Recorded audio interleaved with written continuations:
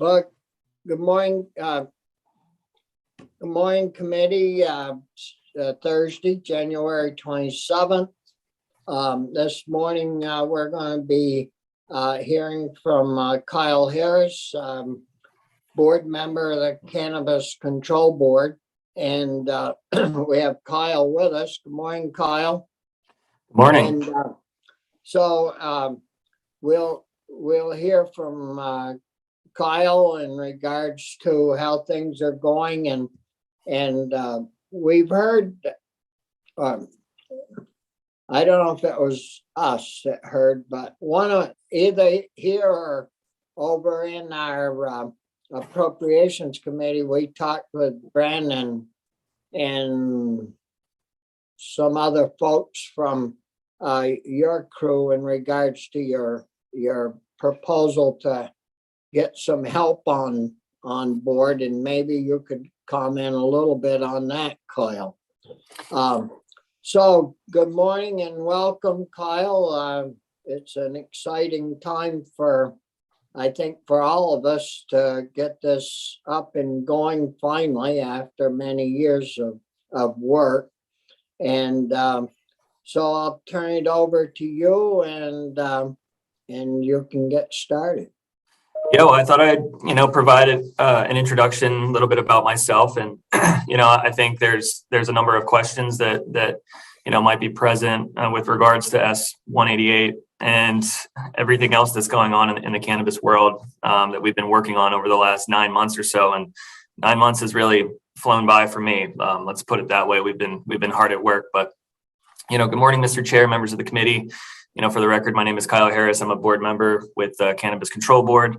Certainly appreciate the invitation to come and speak with you this morning, and for the time that you have spent working on and discussing with regards to S188 to date. I'll say that, before I begin, I think hearing from Senator Sears, Bryn, Kerry, and Ledge Council, they've all done a very fantastic job at discussing this bill, both on its face and its potential impacts. I would also like to thank you from hearing from our friends in the advocacy space who seem to generally support the intent of this bill. As mentioned at least once during those conversations last week, and a bit about my background, I do come to the board from the Agency of Agriculture. I worked in Ag Dev. I focused on emerging issues in economic development, and I kind of served as a liaison of sorts between VAFM and ACCD. One of the things I'm most proud of during my time there is I helped put together the Food and Ag Strategic Plan 2021 to 2030 with Abby, Ellen, and Jake. I was also the lead author of the agricultural policy and poultry briefs as part of that process. And another thing that I focused on during my time at the Agency of Agriculture was I helped bring a policy planning focus to the Working Lands Enterprise Board.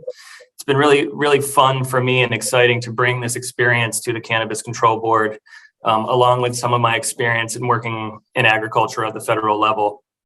I understand there are some lingering questions about S188. I'm happy to share my perspective and the board's perspective on why we think it's a crucial first step with regards to thinking about cannabis in a different way. And I didn't necessarily prepare a whole lot. I'm here to kind of answer questions. So I can leave it at that and allow for folks to guide the conversation wherever everybody wants to take it. Yeah. Thank you, Kyle. So are you the one that's going to be setting up the development portion of what you guys are doing and the sales? Is that the part that you're going to be looking after? So I know there's only 3 of you there now, so that you must be jumping all over. I would say that, James Pepper, Julie Holbert, myself, we all bring different backgrounds and skill sets and a varying degree of interest to the board. And I think we're a great check on each other, not from a perspective of trying to do any one thing, but just our backgrounds are unique. I think we've all added so much to this program, and we're doing our best to get things right immediately. I think, what we've found in talking with other states and examining other regulatory schemes around cannabis, nobody's really gotten it right the first time. And so we're really trying to take lessons learned. I think we recognize that we're probably not going to get everything right on the first go around either, but it's trying to anticipate what we can and, put a Vermont spin on things to make sure that Vermonters are specifically at front and center with respect to what's going on with this market as we look to roll it out this year. Because we're expecting, that you're going to get everything right the first time. So we really are really loading you down with getting that done right the first time. No, I'm kidding. But one of the issues that we're concerned about is making sure that you have enough help to be able to get it done as close to right the first time, and not because we're starving you out, right from the get-go.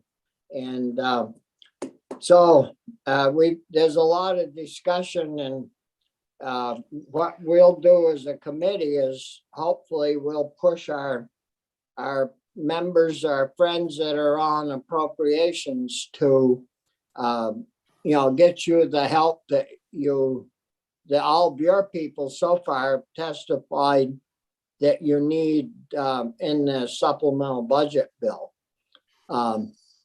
So committee questions that you'd have of Kyle, Senator Collmore, Brian? Thank you, Mr. Chair. Kyle, welcome in. It's good to see you again. So I am curious about some of the things the other states have done that didn't work out very well. If you could just spend a little bit of time telling us about some of the other states and some of the pitfalls that they have uncovered. Yeah, absolutely. I think there's two crucial areas that I feel that I've seen, with respect to not getting things right the first time and having to really go back. One is social equity. We've prioritized social equity and DEI candidates to what we're trying to accomplish here. Other states haven't been successful in rolling out their social equity programs. And it's been a real issue that has forced whatever regulatory body that's operating in that state to have to go back, whether it's through emergency rulemaking or going back to their state legislators to make, certain tweaks and amendments to what they're trying to accomplish. Other states like Colorado, for instance, didn't really have a robust environmental and sustainability program built into the regulations at the beginning. And I think, Vermont doesn't face the same sustainability and energy environmental issues that a state like Colorado does with its limited, access to water. We just don't fight the same issues that they do. Cannabis is a pretty energy intensive crop if it's grown inside. I think in Colorado, it's quickly becoming the most energy intensive industry within that state. And so I think one of the things that we're trying to accomplish is balancing, really looking at a forward-looking perspective on how we can manage a lot of the environmental concerns and stresses that the cannabis production can put on the environment within a state, but also balancing that with there being more progressively environmentally focused also isn't necessarily cheap. It's expensive. And so we're kind of weighing the costs and balances or costs and benefits of pushing us in a direction that we think represents the general feel of Vermont and how we like to do business from an environmental perspective here, but recognizing that there's a lot of costs that are going to be pushed upon our smaller cultivators. And Vermont is already going to be operating at a scale that would seem micro on its face to a lot of the other jurisdictions around here. So I don't talk about it. Sorry, I have sorry, I have a motion sensor light in here in the name of energy savings. So I thought our power went out for a second. So okay, well, thank you very much. Yeah, Chris. Kyle, we'll understand if you have to wiggle every once in a while. Keep the lights on. First, I can't help but remind folks that I had the dubious distinction of serving on the Cannabis Control Board nominating committee, and was glad to see Kyle apply and send him along. And actually, particularly, I was excited about your application because of your background in ag and at the agency. And it seems to me that if more of state government bureaucracy ran as efficiently as Cannabis Control Board, we may be in better shape across the board. So thank you for your hard work. And a lot of us were watching closely and worried that you got started late. And it seems like you've just been sprinting and made up a lot of the lost ground. So I appreciate that. I'm somebody that thinks we're several years late on this as an economic driver, in addition to sort of the criminal justice piece of it, and public safety and all that. When we talk about the environmental concern and the energy consumption, which is what I think we're often talking about, the push for outdoor mitigates a lot of that, and it comes into play with what this committee is focused on, which is a strong rural economy and a strong agricultural economy and a diversified agricultural economy, all of which brings up this bill very specifically. The recommendation, and I believe it comes from the board, or at least working with the board. The recommendation was to have us say that any existing farm that gets a permit for a small grow outdoors would be continued to be defined as farming. And the questions come up for us, which the Senate said years ago, and we got that taken away in the compromise of moving forward. But in our discussion, one of the questions that surfaced is, well, why would we only extend that to the small producers?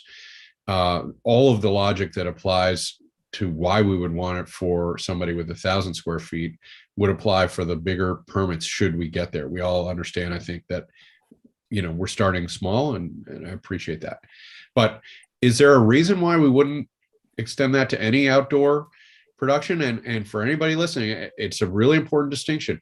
It's land that's already agricultural. It's not somebody buys a field and turns it into cannabis production and then takes all the benefits of farmland. It's land that's already being taxed and regulated as farmland that decides to move to cannabis production, which is frankly very in line with what I think we have to do, which is to diversify our ag economy. So just that very specific question, is there some concern about extending that to more than just the smallest producers?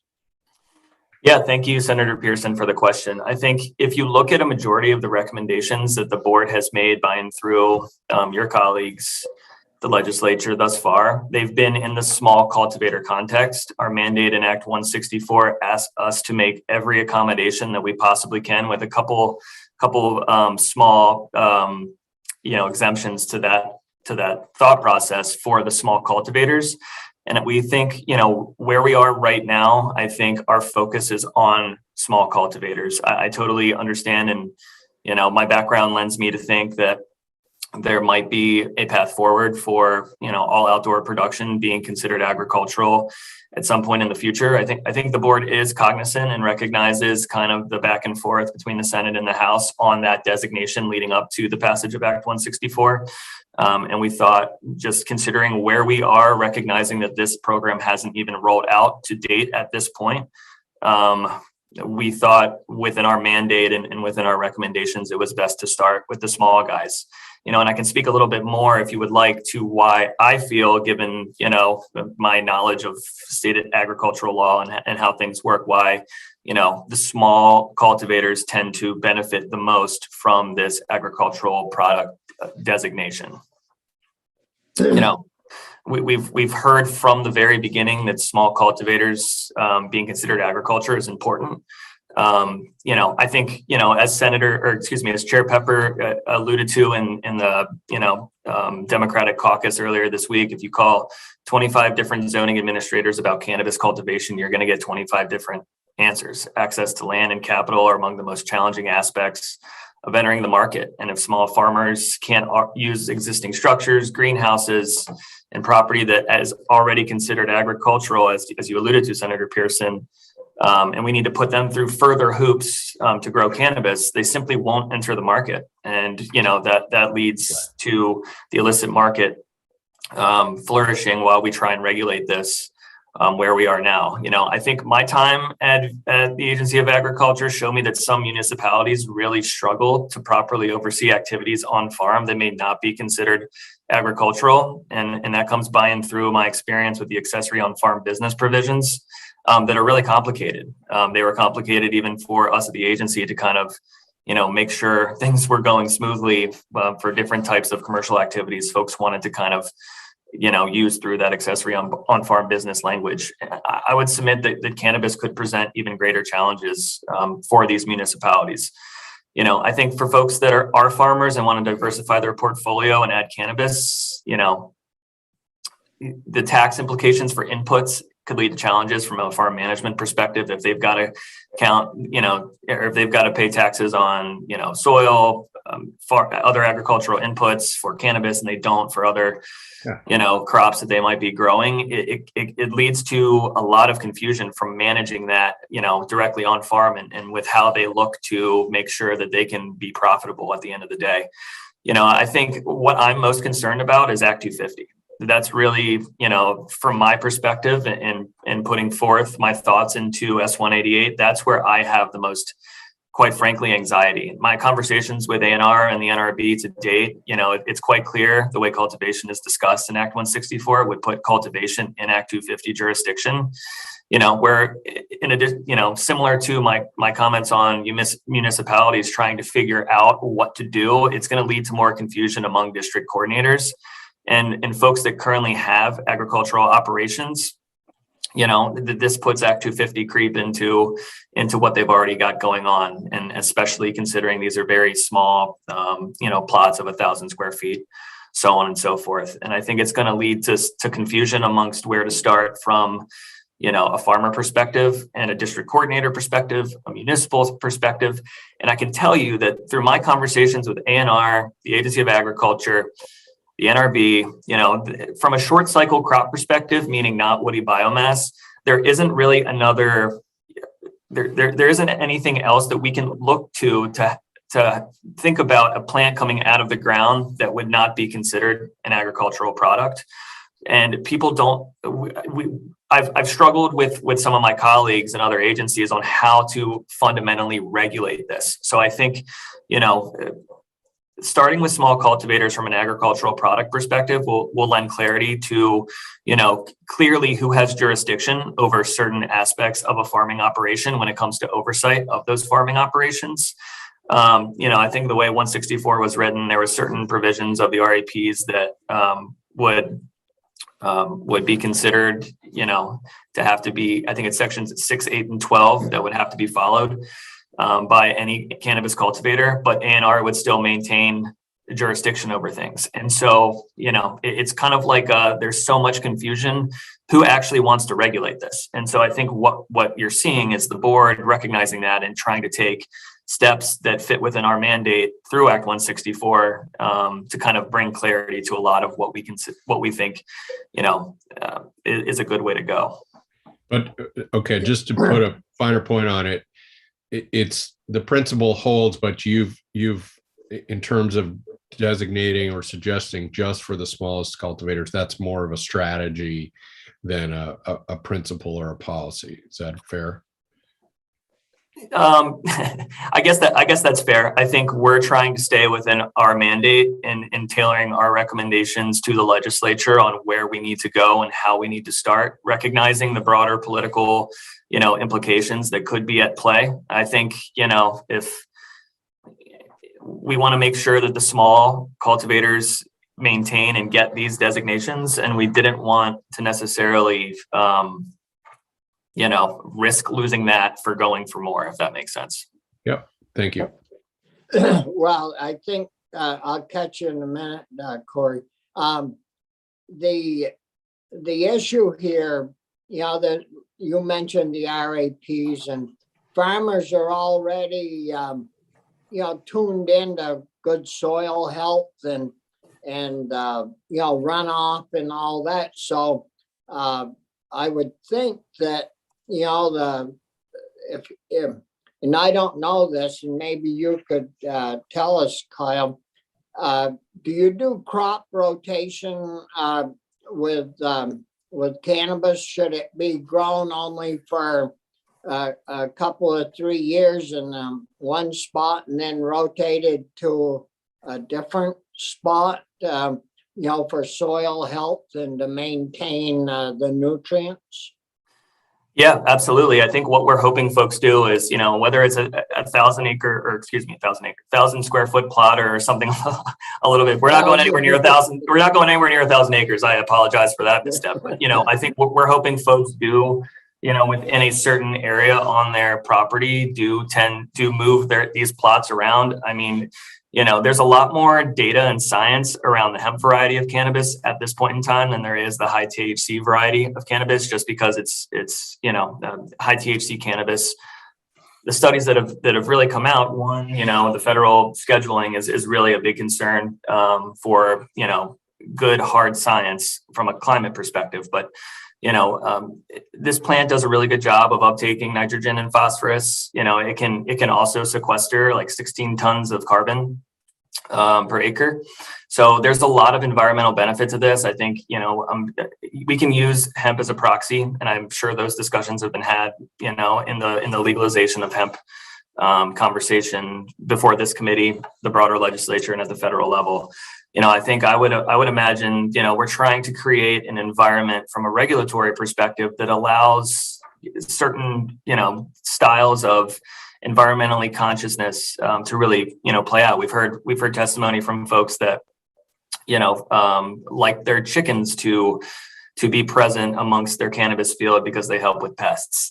Those types of things is something that are things that we're hearing about, and we're trying to figure out paths for folks that want to put this as part of their, diversified operation, that it fits in with other things that are going on. So I guess the answer to your question is yes. I think we would expect and hope that folks are using good agricultural practices and recognizing that there is benefits, that cannabis pulls heavy metals out of the soil, and that doesn't necessarily translate to those heavy metals being present in the flower that's often consumed. They stay in the stalks and the stems, and that can be further processed out for other, beneficial uses, post the real value of the flower.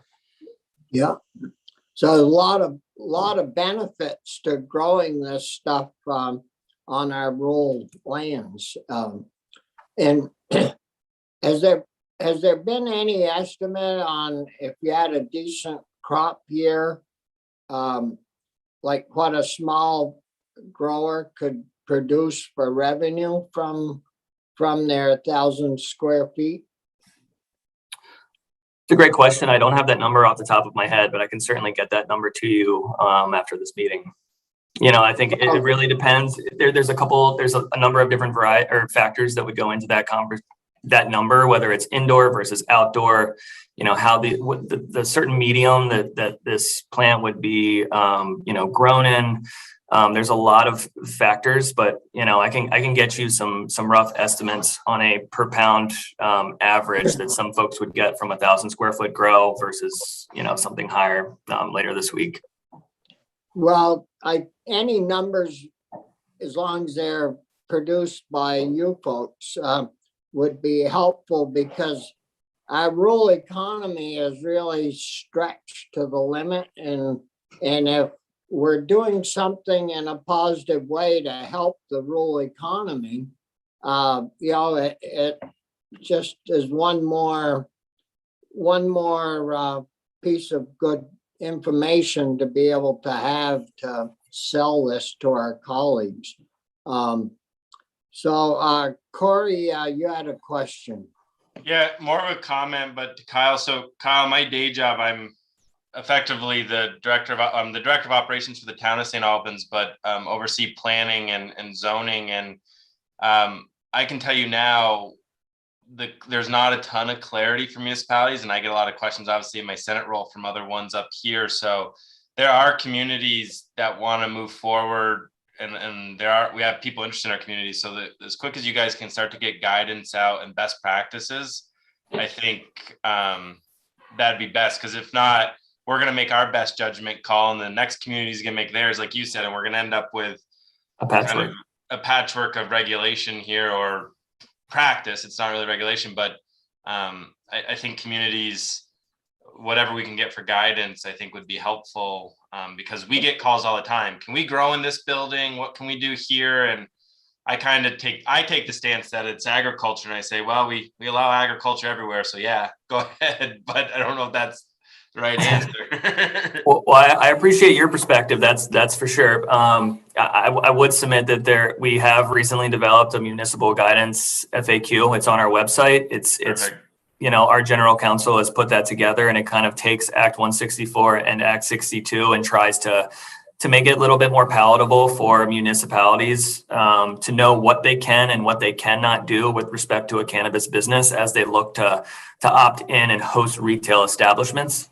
But, as you kind of alluded to, the only cannabis businesses, if they're cultivators, manufacturers, wholesalers, they can be present in any municipality without that municipality having to opt in. Hosting the retail side of this, the sale of it to a customer or a consumer, that's where municipalities, I think, have the most questions as it relates to whether or not it makes sense for their respective community. I would say that we've gotten a lot of questions from municipalities asking board members or Bran to go and talk with specific municipalities. I think we've been really cautious to do that. We don't want a municipality to kind of think that the board being present there, offering our thoughts about cannabis and Act 164 will lend to some type of endorsement. We want towns and municipalities to make this decision for themselves. To that extent, though, we have made our general counsel available to municipalities to help just understand what a municipality can and can't do. Yeah, and I'm looking at it now, it looks good. I know 2 towns in Franklin County that are putting it on the ballot this year, Swanton and St. Albans Town, which from a political perspective are fairly conservative communities for Vermont standards. But I think the other thing those municipalities are looking for is the eventual to be able to have some kind of a local option revenue stream off of it. So I will submit that as you guys are making those decisions. I know, like in the town of St. Albans, we'd love to use it to put into our parks program. And I think other communities are looking for that as well. Yeah, I know that and thank you. I know that if, a municipality has a local option tax, they can gain immediate revenue from, hosting a retail establishment. Folks that, or municipalities that don't have that local option tax, as things currently are drafted, don't necessarily see that direct revenue stream. The board has made a recommendation through our October 15th report, which is also on our website, of what we think would be a good path forward from that perspective. And I know that there's a lot of things moving throughout the legislature on trying to address that and give more incentives for municipalities to actually host these retail establishments. Yeah, thank you, Kyle. Anthony? Hi, Kyle. I'm wondering, in the proposed bill, you seem to be moving from facilities that are locked and gated to ones that are just screened from view. And I'm just wondering what your priority, motivation was for doing that. It seems like it would lower costs to not have to be in a locked facility. But I'm just wondering what your priorities are in making that kind of movement in that direction. Yeah, absolutely. I think, through our regulations, we're really trying to manage effective security measures for outdoor security. So if you look at our proposed rules, and I will stress that they're still proposed at this point, and I'm at 10, we're going to start at 10, we have a board meeting, and we're going to start going through public comment on our proposed rule 2, which really looks at the fundamental requirements of any cannabis business as it relates to what we expect from them. We've got, I think it's 8 best practices, and the higher up in scale you go as an outdoor cultivator, the more best practices you need to maintain. So, for instance, there's fencing, there is like camera systems, security systems, alarm systems. There's a whole suite of different practices that you can, and to an extent required to use as part of your outdoor cultivation, site. We didn't want to get overly prescriptive. I think folks have their own interests in mind in protecting their crop. If folks are seeking insurance, those insurance agencies will want to see some type of security plan to protect those interests as well. So we kind of balanced how much we needed to get from a prescription for these outdoor grow operations. And interestingly enough, one of the things that we heard time and time again is from an aesthetic perspective, there's folks out there that will be more upset about a gauged chain link fence with barbed wire on the top of it than the actual cannabis plant itself, as part of whether it's on your farm or you can see it from down in the valley somewhere. So again, we thought the enclosed lock facility was a little bit onerous on the small cultivators specifically, but outdoor cultivators more broadly speaking. And so as long as it's screened from public view, and I think everybody here can appreciate that in Vermont, it's not all too, not easy to do. We've got hills and valleys and, different topography depending on where you are in the state. It's not all too difficult to shield these from public view. And there's a couple of different recommendations that we put into our rules that will help people understand exactly what that means.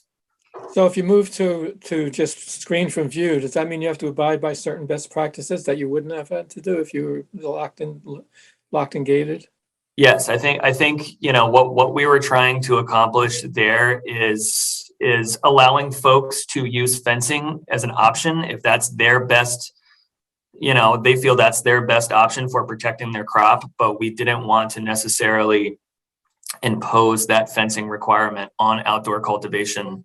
From my perspective, fences are very helpful, but I can climb one just like anybody else can if they really want to get in there. And this crop is really only valuable for a couple of weeks out of the season. Yeah. And I think at that point, folks are going to be paying a lot more attention to what's happening on their property. And I think Kerry spoke pretty eloquently about that when he was speaking with you last week.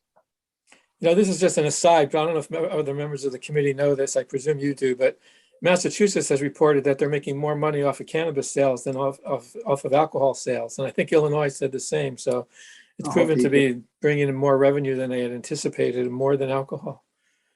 Yeah, that's good news. So, like you just said, Kyle, there's only a couple of the 3 weeks that when these plants are at maximum levels, so they're worth a lot. For 2 or 3 weeks, and they're only small plots, are only 1,000 square feet. You could sleep out there and pretty much protect them for a couple of weeks.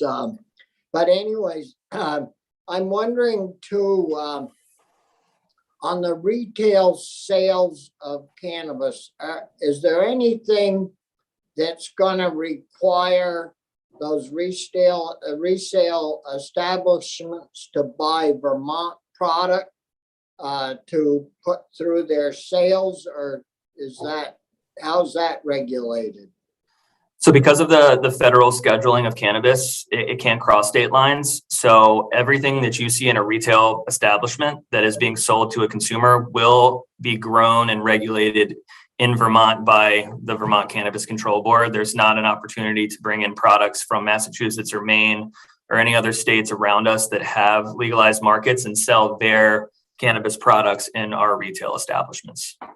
And are the retailers, there's processors in between, right? The grower and the retailer.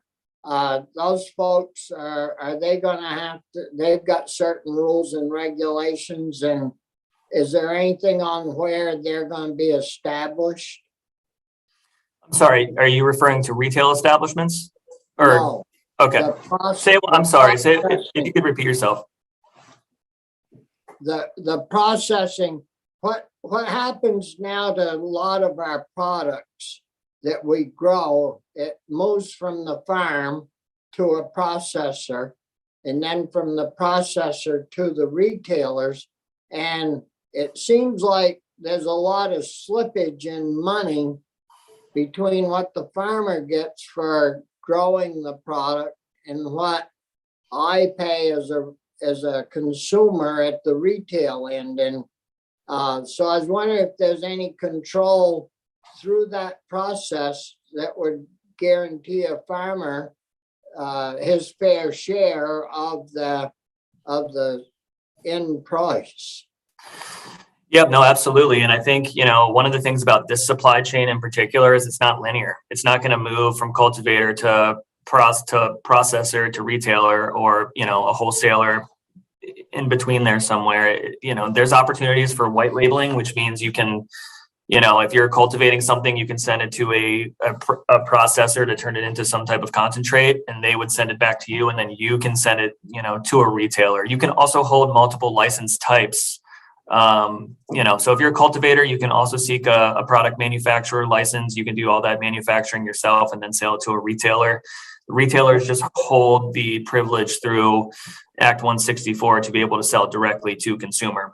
But we, I think it's one of those supply chains that allows for movement back and forth. It's not going to be straight linear like we think about in other respects of the agricultural industry. Other questions for Kyle? Well, if not, thanks a lot for being with us this morning. Certainly appreciate all the information and your knowledge on this subject. I guess we're all learning as we go here, and it's good to have people like yourself that has some experience around development and all that good stuff. Chris, Yeah, I did. I just thinking about some of Kyle's comments. I do have a question about, you discussed the ability of the cannabis plant more broadly. You said data is around for hemp in terms of being able to pull up metals and nitrogen and other nutrients from the ground.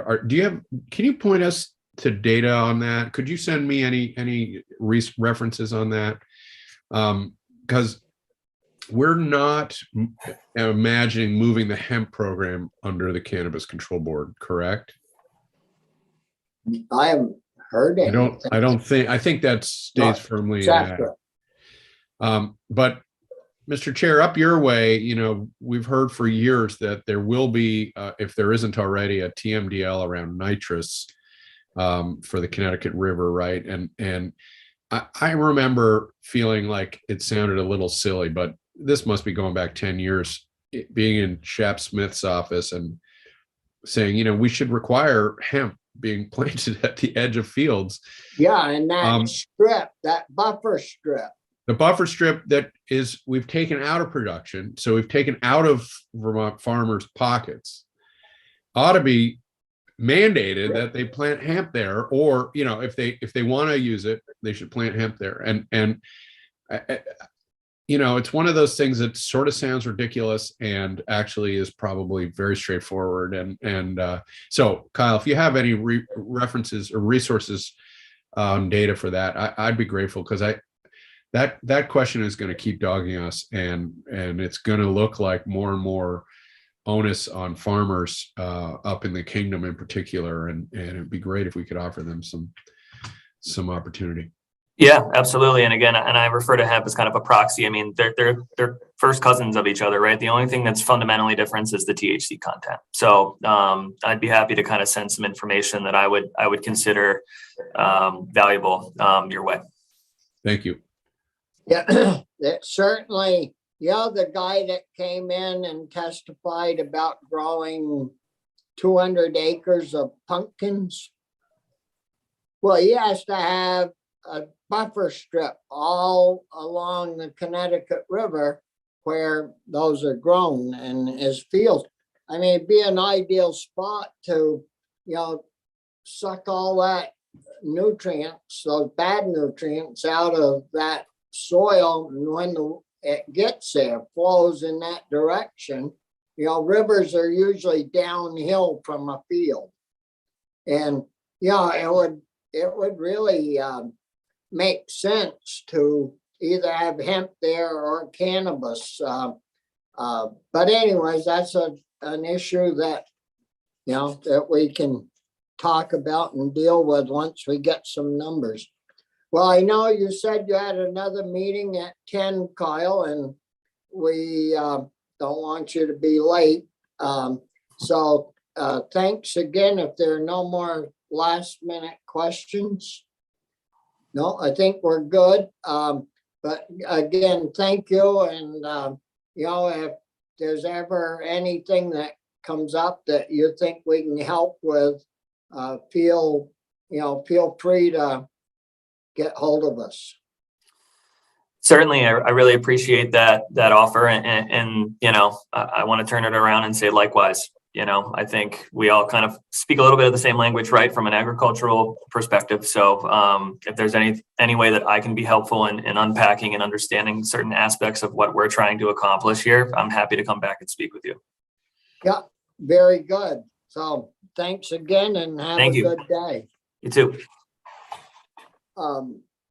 Committee, in regards to the bill itself, I haven't looked it over, but is there more work that we need to do on that?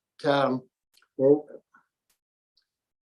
we waiting for more information from anybody? Do you think of, or that you can think of? Because The only question that stands out to me is the sizing one, but there may have been some other suggestions, but nothing concrete jumps to mind. What do you mean by sizing? You mean exempting them from putting them into considered agriculture?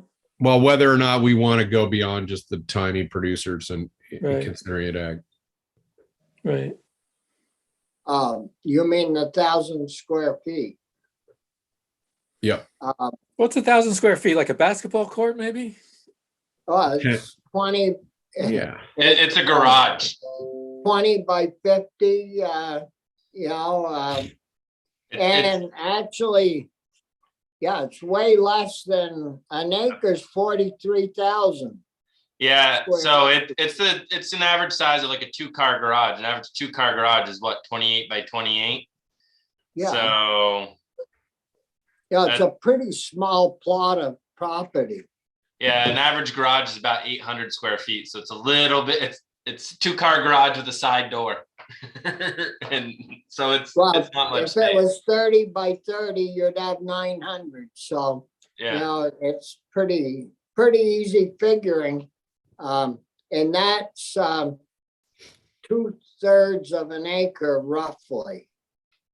Yeah, there's enough room there left. Somebody testified to because I asked the question, why didn't you go with an acre?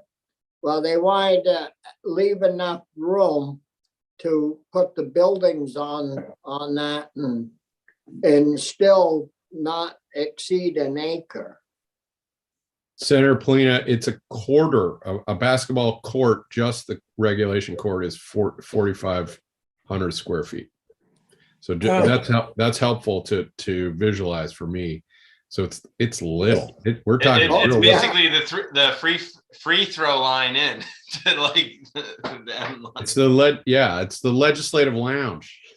You wouldn't think you could get a lot of plants on there, but I guess, you know, there's enough so you make a living or bring in enough revenue to make it pay.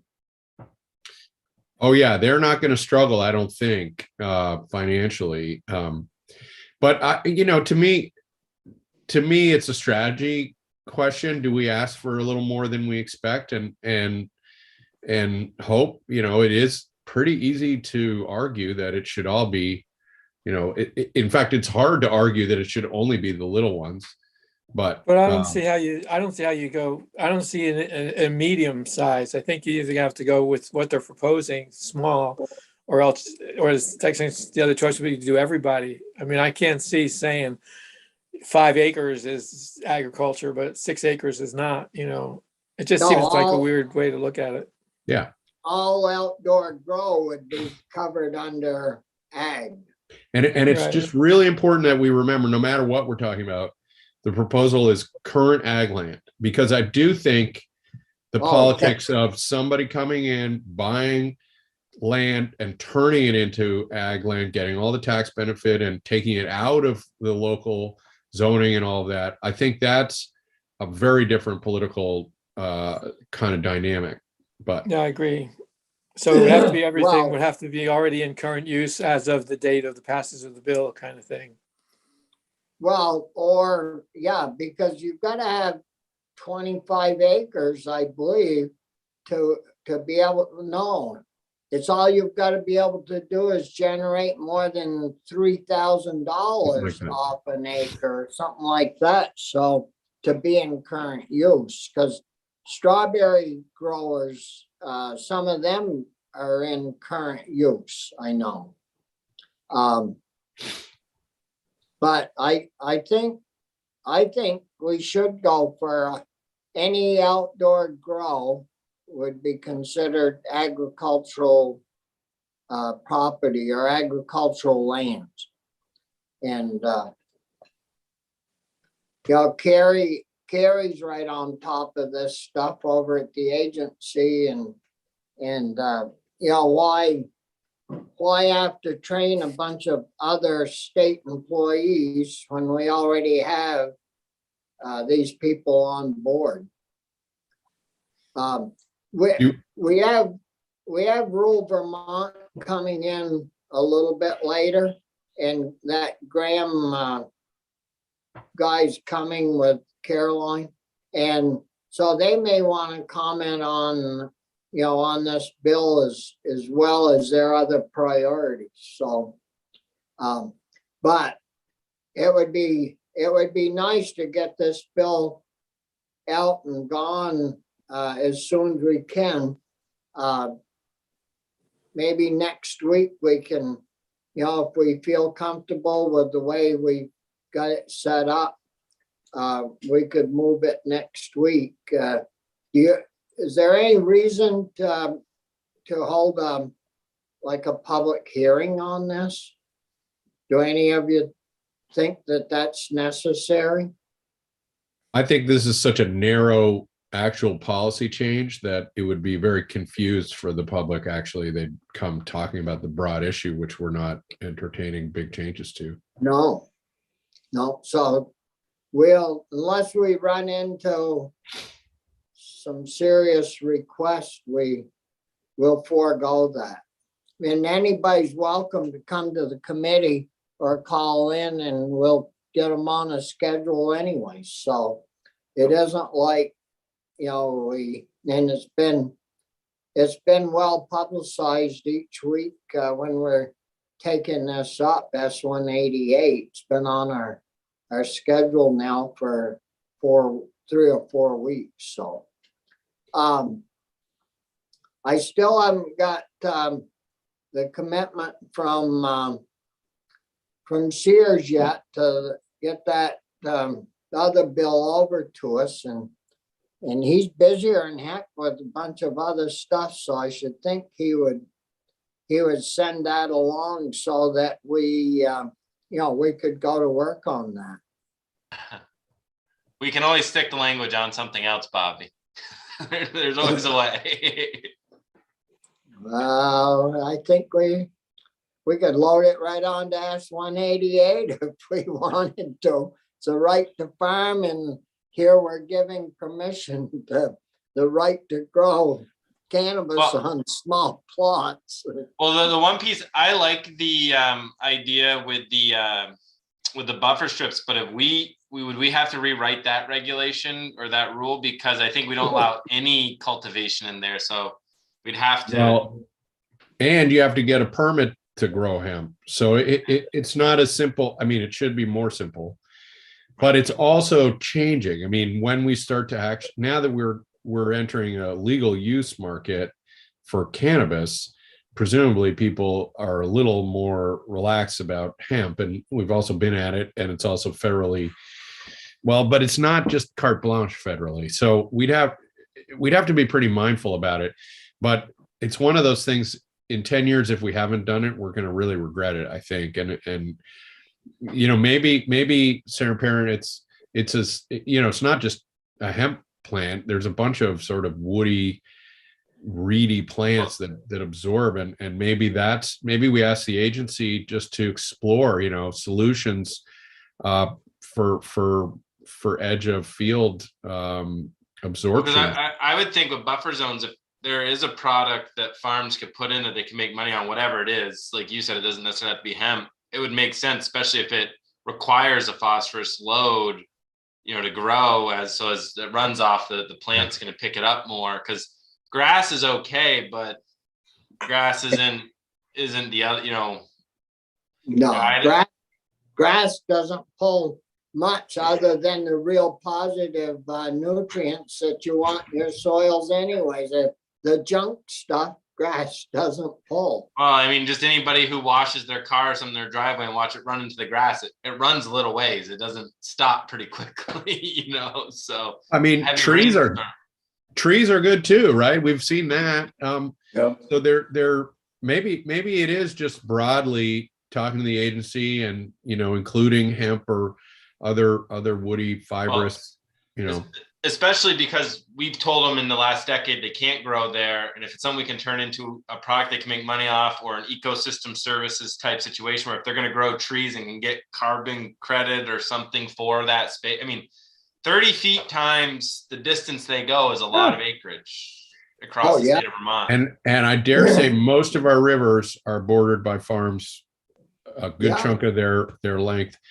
Well, I remember feeling like such an idiot when I was saying, I've been reading this, Mr. Speaker, and this, as we were beginning to really talk about water quality, and they just looked at me like I had four heads, and I knew it was right. And so it's slightly gratifying, but I'd like it to just be in policy, because it's a real win. And the nitrous, I mean, we haven't really talked about it the way we've talked about phosphorus, but it's coming. I mean, there's little doubt. The other one I think we'll have too is the salt, whatever, from like our roads. I've talked to people in the world that think eventually we'll end up with a TMDL for basically what, we're putting in for salt into the water. Well, you take the best farmland. The best farmland is along rivers. Well, yeah, because it used to flood and then it leaves sediment, and that's your best farmland.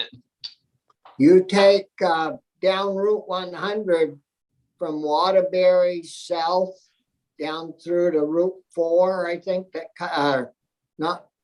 4 cuts across, or 107 cuts across. That farmland down through there is rich as heck. But very narrow fields. And sometimes there's a river on both sides of it, same river, but it runs on both sides, and you lose that footage on both sides, and you've got just a little strip in the middle that it isn't worth farming because you've got that little strip. Anything else until we have a break? That'd be good. Well, we haven't got anyone coming until, oh golly, not until, well, we'll take a 15-20-minute break, and then we'll come back and talk about other issues. Well, Okay. we have the Ag Agency coming in again, I think, at 10 o'clock. Oh, That's correct. 10:30, I thought. Maybe No. it's 10. It's 10 o'clock. Oh, so they're coming right away. Yes, and then there's a break scheduled after that. Yeah. Okay, so I didn't print my printer's screwed up, so I didn't print my new agenda for this morning. January's been a rough tech month there at the chair's house. Oh, it's crazy. We put that new modem in, and because that's what they told us we needed. And boy, to get everything rehooked and, yeah, it hasn't been good. But All right. there's Diane. 3 Morning, minutes. Diane. Good morning. So, we have, Diane coming along with Abby, I think, and, get a little update on, our working lands program. The House, put, $2 million new dollars into the working lands program. And really, we didn't get in approach. They put it in a budget adjustment bill, and we didn't get a whole lot of info with that, why they would be doing this, what it was going to be used for, and we haven't talked that much in committee about it. So they're going to give us a little overview on the program and what this money's gonna be used for, down the road. Hey, Brian, if you want to take 5 minutes, Abby, I don't see Abby with us yet. Could you wait 5 minutes, Diane? Thank you, Bobby. Okay, I'll see you in 5. So if you guys want to take 5 minutes, we'll come back